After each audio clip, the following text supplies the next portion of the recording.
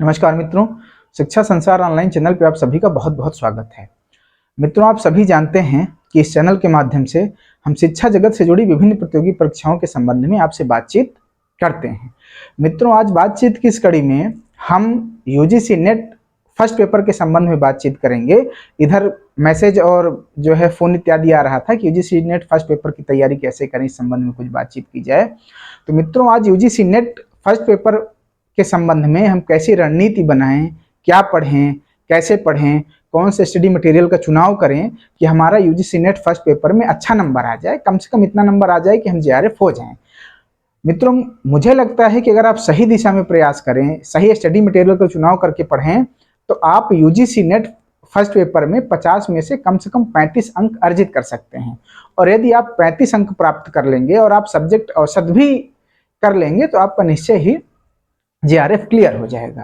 तो मित्रों, आज हम बेसिकली यूजीसी फर्स्ट पेपर को लेकर के हमें कैसे रणनीति बनानी है, क्या पढ़ना है, कौन सा स्टडी मटेरियल का हमको चुनाव करना है, इसके संबंध में हम बहुत सरलता के साथ और बहुत बेसिक ढंग से चीज़ों को समझेंगे।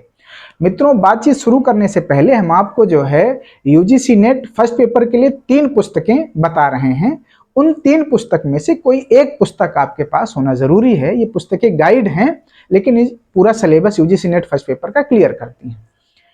पहली पुस्तक जो है वो यूजीसी नेट करके एनटीए यूजीसी नेट करके किताब है और इसके जो है लेखक केवीएस मदान हैं। केवीएस मदान की एनटीए यूजीसी नेट करके फर्स्ट पेपर आती है। ये पुस्तक बेस्ट सेलिंग बुक है। यूजीसी नेट फर्स्ट पेपर को लेकर सबसे ज़्यादा बिकने वाली अगर कोई पुस्तक है तो वो यही है, यूजीसी नेट केवीएस मदान की। ये पुस्तक मित्रों, अगर आपने कोई किताब नहीं ले रखी है तो मैं रिकमेंड कर रहा हूँ कि इस किताब को आप ले लें। इसमें जो है शिक्षण अभिरुचि, शोध अभिक्षमता, संचार, सूचना और प्रौद्योगिकी, ये सारे टॉपिक बहुत बेहतर ढंग से दिए गए हैं। दूसरी पुस्तक जो है मित्रों वो ये है कि दृष्टि द विजन की पुस्तक आती है। यूजीसी नेट फर्स्ट पेपर की दृष्टि द विजन करके जो पुस्तक आती है उसको भी आप खरीद सकते हैं। और तीसरी पुस्तक प्रतियोगिता साहित्य की यूजीसी नेट फर्स्ट पेपर की आती है। इन 3 में से कोई एक पुस्तक यदि आपके पास हैं, उपलब्ध हैं, तो आप पूरे विश्वास के साथ उसको पढ़ें। तीनों किताब खरीदने की कोई ज़रूरत नहीं है। इन 3 पुस्तकों को आप रख लें और अपने सिलेबस का मिलान करते हुए ट्रिक कर लें कि हमें कौन कौन सा टॉपिक पढ़ना है और उसको जो है आप क्रमवार ढंग से पढ़ते रहें। मित्रों, आइए सिलेबस पे बातचीत करते हुए हम आगे कौन कौन सी पुस्तकों हमको पढ़नी है, क्या रणनीति अपनानी, इसकी आगे हम चर्चा करते हैं। अगर सिलेबस देखा जाए तो जो पहला पोर्शन है, टॉपिक है, वो ये है टीचिंग एप्टीट्यूड या शिक्षण अभिक्षमता जिसको हम कहते हैं। तो इस टॉपिक के अंतर्गत हमें जो है शिक्षण की प्रकृति, शिक्षण के उद्देश्य एवं विशेषताएं, शिक्षार्थी की विशेषताएं, शिक्षण को प्रभावित करने वाले कारक कौन कौन से हैं और उच्च अधिगम संस्थाओं में शिक्षण का क्या योगदान है, शिक्षण से संबंधित क्या सहायक सामग्री है, मूल्यांकन प्रणाली कौन कौन सी है, इन सारे टॉपिक पे हम बहुत बेसिक ढंग से सवाल पूछे जाते हैं और हमें बहुत बेसिक ढंग से इनको पढ़ना भी है। कोई इतना कठिन प्रश्न नहीं आता कि आप ना कर पाएं। अब इनको पढ़ने का तरीका है कि इन टॉपिक को आप अपनी जो भी आपके पास गाइड उपलब्ध है, 3 में से जो मैंने चर्चा किया उनमें से अगर कोई एक गाइड आपके पास उपलब्ध है तो उसमें मुश्किल से 10 पेज ये टॉपिक दे रखा है, उसको आप पढ़ लें। फिर आप प्रैक्टिस सेट अपने पास रखें, उस प्रैक्टिस सेट से आप प्रैक्टिस कर लें। प्रैक्टिस सेट अभी हम आपको बताएंगे, हालांकि एजीपी और यूथ का फर्स्ट पेपर का आता है, 2 में से अगर आप कोई एक खरीदे हों तो उससे आप जो है प्रैक्टिस कर सकते हैं। हाँ, इसका क्वेश्चन हल करते समय जो शिक्षण अभिक्षमता के जो सवाल आते हैं, जो प्रश्न आते हैं, उन प्रश्नों को आप हल करते समय थोड़ा सा बच्चों के प्रति डेमोक्रेटिक होकर आपको सोचना है, लोकतांत्रिक होकर आपको सोचना है। आपको बच्चों को दंड नहीं देना है। जैसे सुगमता से, सरलता से उनको आप समझा सकते हैं, उस तरह से आपको सोचते हुए प्रश्नों का उत्तर देना है। मित्रों, जो दूसरा टॉपिक है वो रिसर्च एप्टीट्यूड है, अर्थात शोध अभिक्षमता। शोध अभिक्षमता में जो आपसे पूछा जाता है वो शोध का अर्थ क्या है, शोध के प्रकार कौन कौन से हैं, शोध की विशेषताएं क्या हैं, शोध की पद्धतियां क्या हैं, शोध के चरण कौन कौन से होते हैं, शोध प्रबंध एवं आलेख, इस तरह के प्रश्न आपसे इन्हीं टॉपिक से पूछे जाते हैं। अब चूंकि आप जब रिसर्च करने के लिए जाते हैं, उच्च शिक्षा में जाते हैं, तो आपको शोध से संबंधित सामान्य जानकारी होना आवश्यक है। तो कैसे आप शोध कर पाएंगे, कौन कौन सी चीजें आपके शोध में सहायक हैं, इससे संबंधित बेसिक सवाल आपसे प्रश्न में यूजीसी नेट फर्स्ट पेपर के प्रश्नों में आपसे पूछे जाते हैं। इसकी पढ़ाई के लिए भी जो उपरयुक्त 3 गाइड बताई गई हैं, चाहे आपके पास केवीएस मदान की हो, चाहे दृष्टि द विजन की हो, चाहे प्रतियोगिता साहित्य की हो, उसमें से आप इस टॉपिक को खोज करके 5-7 पेज मुश्किल से दिया हुआ है, आप आराम से पढ़ करके और प्रैक्टिस सेट से प्रैक्टिस कर लें, आपका ये टॉपिक तैयार हो जाएगा। मित्रों, जो तीसरा टॉपिक है वो है कम्युनिकेशन। कम्युनिकेशन का मतलब है संप्रेषण अथवा संचार। तो संचार से संबंधित जो हमको पढ़ाई करनी है, वो जो सवाल यूजीसी नेट में पूछे जाते हैं वो ये है कि संप्रेषण का अर्थ क्या होता है, संप्रेषण के प्रकार कौन कौन से हैं, प्रभावी संप्रेषण और प्रभावी संप्रेषण में कौन कौन सी बाधाएं आती हैं, इसके अलावा जन मीडिया एवं समाज इत्यादि से संबंधित सामान्य जानकारी हमें होनी चाहिए। बेसिकली दूरदर्शन, आकाशवाणी और जन मीडिया एवं समाज, इस तरह इससे संबंधित जो सामान्य प्रश्न हैं उनकी समझ हमको होनी चाहिए। इसके लिए भी कोई आपको अलग से बुक पढ़ने की जरूरत नहीं है। हालांकि संचार वाला टॉपिक पीसीएस में भी लगा हुआ है, तो घटना चक्र इत्यादि की पुस्तकें आती हैं, वहां से आप प्रैक्टिस कर सकते हैं। लेकिन जो 3 पुस्तकें आपको सुझाई गई हैं, उन 3 में से कोई एक पुस्तक अगर आपके पास है, मैं फिर कह रहा हूं, तो वहां से आप इस टॉपिक को आराम से पढ़ के प्रैक्टिस करके आप अपनी तैयारी परफेक्ट बना सकते हैं। मित्रों, जो चौथा टॉपिक हमें पढ़ना है वो सूचना एवं प्रौद्योगिकी, जिसको आईसीटी बोलते हैं।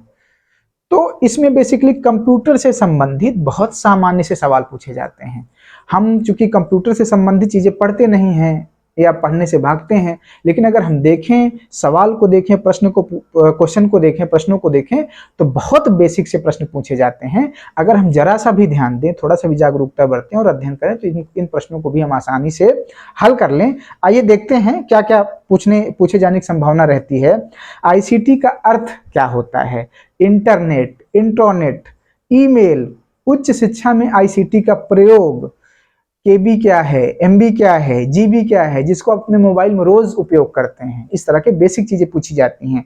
इंटरनेट प्रोटोकॉल कौन कौन से हैं, कंप्यूटर शब्दावलियां, कंप्यूटर संबंधित कुछ शब्दावली हैं, जैसे रोम क्या है, रैम क्या है, इस तरह की चीजें।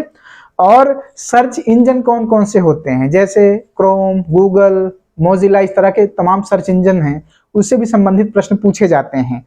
सीपीयू क्या होता है, मदरबोर्ड क्या होता है, कीबोर्ड क्या होता है। मैं एक एग्जाम्पल देते हुए बातचीत कर रहा था कि इस तरह के सामान्य सवाल पूछे जाते हैं जिसका उपयोग कि हम नित्य प्रति मोबाइल के माध्यम से, कंप्यूटर के माध्यम से, लैपटॉप के माध्यम से करते हैं। लेकिन हम उपयोग तो करते हैं, लेकिन इनको लेकर जागरूक नहीं रहते। क्योंकि जब हम उच्च शिक्षा में जाते हैं तो शोध इत्यादि के दौरान हमें इन सारी चीजों की जरूरत पड़ती है।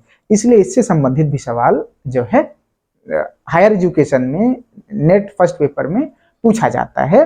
तो इससे संबंधित पुस्तक, एक तो अगर आप अलग से पढ़ना चाहें, डीप नॉलेज लेना चाहें, तो परीक्षा मंथन की आती है, सूचना प्रौद्योगिकी की, और लूसेंट की कंप्यूटर की एक पुस्तक आती है। उनसे भी आप मदद ले सकते हैं, पढ़ सकते हैं। पेपर हल करते समय आपको आइडिया लग जाएगा कि बेसिकली आपको कौन कौन से टॉपिक पढ़ने हैं या कौन कौन से टॉपिक आपके सिलेबस में है। तो आप परीक्षा मंथन की सूचना प्रौद्योगिकी करके आती है, उसको भी ले सकते हैं। कंप्यूटर की पुस्तक लूसेंट की आती है, उसको भी ले सकते हैं। और ऊपर युक्त जो 3 गाइड आपको सुझाई गई हैं, अगर आप ये दोनों किताब नहीं पढ़ना चाहते, आपको लेंदी लगती हैं या आप कम समय में तैयारी करना चाहते हैं, तो ऊपर युक्त जो 3 गाइड सुझाई गई हैं उसमें से किसी एक गाइड से आप कंप्यूटर का जो पोर्शन है, सूचना और प्रौद्योगिकी का जो पोर्शन है, उसको आप वहां से पढ़ सकते हैं। मित्रों, जो अगला टॉपिक है वो पर्यावरण या जो है इन्वायरमेंट से पूछा जाता है।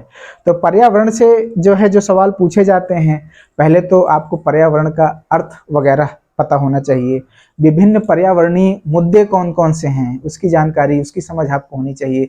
ध्वनि प्रदूषण, वायु प्रदूषण, जल प्रदूषण, इस तरह के जो प्रदूषण व्याप्त हैं हमारे पर्यावरण में मौजूद हैं, उनकी जानकारी आपको होनी चाहिए। साथ ही साथ मानव स्वास्थ्य पर इन प्रदूषण का क्या प्रभाव पड़ता है, उनकी भी समझ और जानकारी, सामान्य समझ आपको होनी चाहिए। इसके अतिरिक्त विभिन्न प्राकृतिक आपदाएं, कहीं तूफान आ रहा है, सुनामी आ रही है, तो इस तरह की चीजें भी जो है समझ और जानकारी हमें होनी चाहिए यदि हम यूजीसी नेट फर्स्ट पेपर का एग्जाम दे रहे हैं। इसके अलावा विभिन्न अधिनियम, पर्यावरण संरक्षण के लिए विभिन्न अधिनियम जो बनाए गए हैं, क्योटो प्रोटोकॉल हो गया, मॉन्ट्रियल प्रोटोकॉल हो गया, इन सब सारी चीजों की भी समझ हमें होनी चाहिए। और एक जो महत्वपूर्ण बात यह है कि हमें पर्यावरण से संबंधित जो है, यदि कोई करंट मुद्दा है, कहीं तूफान आया है, कहीं सुनामी आई है, या कोई जो है पर्यावरण को लेकर के कोई अधिनियम बना है, कहीं कोई नया नवाचार हो रहा है, नई बातें उभर कर आ रही हैं पर्यावरण को लेकर के, तो जो है इन सारी चीजों से हमें अवेयर रहना है और पेपर इत्यादि या करंट मैगजीन इत्यादि पढ़ते हुए हमें उसको नोट डाउन कर लेना है, क्योंकि जो पर्यावरण से सवाल आते हैं वो मैक्सिमम सवाल करंट से जोड़ करके पूछे जाते हैं। तो आपको थोड़ा सा अवेयर रहना है कि करंट में पर्यावरण से संबंधित कौन सी घटनाएं कहाँ हो रही हैं, वो एग्जाम में पूछा जाता है, तो इसको लेकर भी आपको अवेयर रहना है। मित्रों, जो अगला टॉपिक है वो हायर एजुकेशन से, उच्च शिक्षा से लेकर के पूछी जाती हैं। अब देखिए इसमें से क्या सवाल जो पूछे जाते हैं कौन से टॉपिक से बनते हैं, जैसे उच्च शिक्षा से संबंधित जो है अध्ययन के संबंध में आपको जो है जागरूक होना चाहिए। उच्च शिक्षा से संबंधित जो तमाम आयोग बने हैं उनके संबंध में आपको जानकारी होनी चाहिए। सरकार की जो नई नीतियां जो है शिक्षा संबंधित, उच्च शिक्षा संबंधित बन रही हैं, उनको लेकर आपको जागरूक होना चाहिए।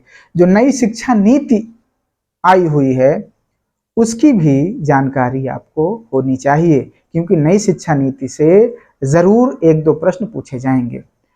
यूजीसी कमीशन का क्या कार्य है, बेसिकली यूजीसी कमीशन को लेकर के भी जो भी प्रश्न बन सकते हैं उनको भी लेकर के आपको अवेयर रहना है। तो आप अगर जो है हायर एजुकेशन से संबंधित जो सवाल हैं उनको एक तो आप नेट से खोज सकते हैं, नेट से न मिले तो जो हमने आपको पुस्तक बताई है केवीएस मदान की, या आपके पास दृष्टि द विजन की हो या प्रतियोगिता साहित्य की हो, तो उसमें भी उच्च शिक्षा से संबंधित जो है तमाम बातें दी गई हैं। अगर उसको आप पढ़ लेंगे तो निश्चय ही आपका 5 प्रश्न जो उच्च शिक्षा संबंधित आएंगे उसको आप कर ले जाएंगे। हाँ, पर्यावरण से जुड़ी मैंने जो बातें बताई उसमें पुस्तक अगर आप डीप अध्ययन करना चाहते हैं तो मैं आपको याद दिला दूं कि परीक्षा मंथन की पर्यावरण की पुस्तक आती है, वाणी प्रकाशन की आती है, या घटना चक्र ने भी निकाला है पर्यावरण से संबंधित तमाम पतली पतली पुस्तकें।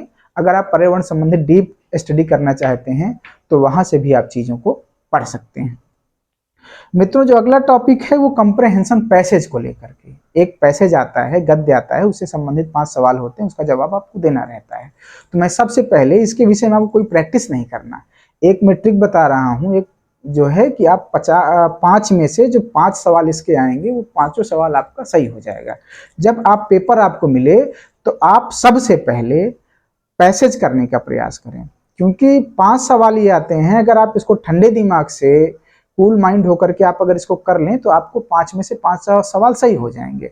आप करते क्या है कि पैसेज सबसे बाद में करना शुरू करते हैं, और ये जो पैसेज यूजीसी नेट में पूछा जाता है बहुत अच्छा पैसेज होता है, लगभग यूपीएससी लेवल का पैसेज आता है। तो सबसे पहले आप पैसेज करें, पैसेज आप कर लेंगे तो आपके 5 में 5 सवाल अगर आप ठंडे दिमाग से करेंगे तो हो जाएंगे। आप चूंकि सबसे बाद में पैसेज करना शुरू करते हैं इसलिए जल्दबाजी में आप गलतियां कर देते हैं। तो जहां पैसेज में 5 से 5 सवाल सही होने होते हैं वहां से आप 1 ही 2 सवाल आपके सही हो पाते हैं, बाकी गलत हो जाते हैं। तो इसलिए जब पेपर करें तो सबसे पहले आप पैसेज हल करें, और पेपर करते समय ये ध्यान रखें कि आपको जो सबसे स्ट्रांग पोर्शन है, सबसे स्ट्रांग आप जहां पे हैं उसको सबसे पहले करिए। आप 1 नंबर से आखिरी तक 50 तक मत बढ़िए, आप अपने स्ट्रांग देखिए कि आप किस पोर्शन में सबसे ज्यादा स्ट्रांग हैं, उसको आप सबसे पहले करिए। उसके बाद जो आपका ठीक है उसको करिए, सबसे बाद में आपको अपना कमजोर पोर्शन वाला टॉपिक आपको हल करना है, क्योंकि अगर आप सबसे पहले कमजोर वाला पोर्शन आप हल करेंगे टॉपिक तो संभावना है कि आपको यदि नहीं आता तो आप थोड़ा सा तनाव में आ जाते हैं। तो सबसे मजबूत, सबसे स्ट्रांग पोर्शन को आप को सबसे पहले हल करना है किसी भी पेपर में, उसके बाद जो सबसे कमजोर उसको सबसे आखिरी में आपको हल करना है। तो इस तरह से हायर एजुकेशन वाले आपके सारे प्रश्नों के सारे प्रश्नों के उत्तर आसानी से हो जाएंगे। कंप्रेहेंशन यदि आप सबसे पहले हल करेंगे प्रश्न पत्र पाने के पश्चात, तो उससे भी संबंधित सारे सवाल आप हल कर लेंगे। अगला जो टॉपिक है वो रीजनिंग है। रीजनिंग को लेकर आपको कोई इतना बहुत ज़्यादा पढ़ाई नहीं करनी, परेशान नहीं होना। कोई अगर आपके पास रीजनिंग की पतली सी किताब है तो उससे जो है आप रीजनिंग की प्रैक्टिस कर लें, रीजनिंग करना सीख लें। बेसिकली कोडिंग, डिकोडिंग, रक्त संबंध, दिशा परीक्षण और जो है संख्या अथवा अक्षर की जो श्रृंखला से संबंधित सवाल होते हैं, अगर आप उनको कर लेंगे तब भी आप रीजनिंग से संबंधित सारे सवाल कर लेंगे। मैथ अगर आपको आती है तब तो प्लस पॉइंट है, अगर नहीं आती तो इस तनाव से निकल जाएं कि हमको मैथ नहीं आती। अगर आपको मैथ नहीं आती है तो आप बेसिकली मैथ वाला पोर्शन छोड़ दें और उसके बाद आप पढ़ाई करें। उसमें आप जितना भी दिमाग लगाएंगे, अगर आपको मैथ कमजोर है तो आप नहीं कर पाएंगे।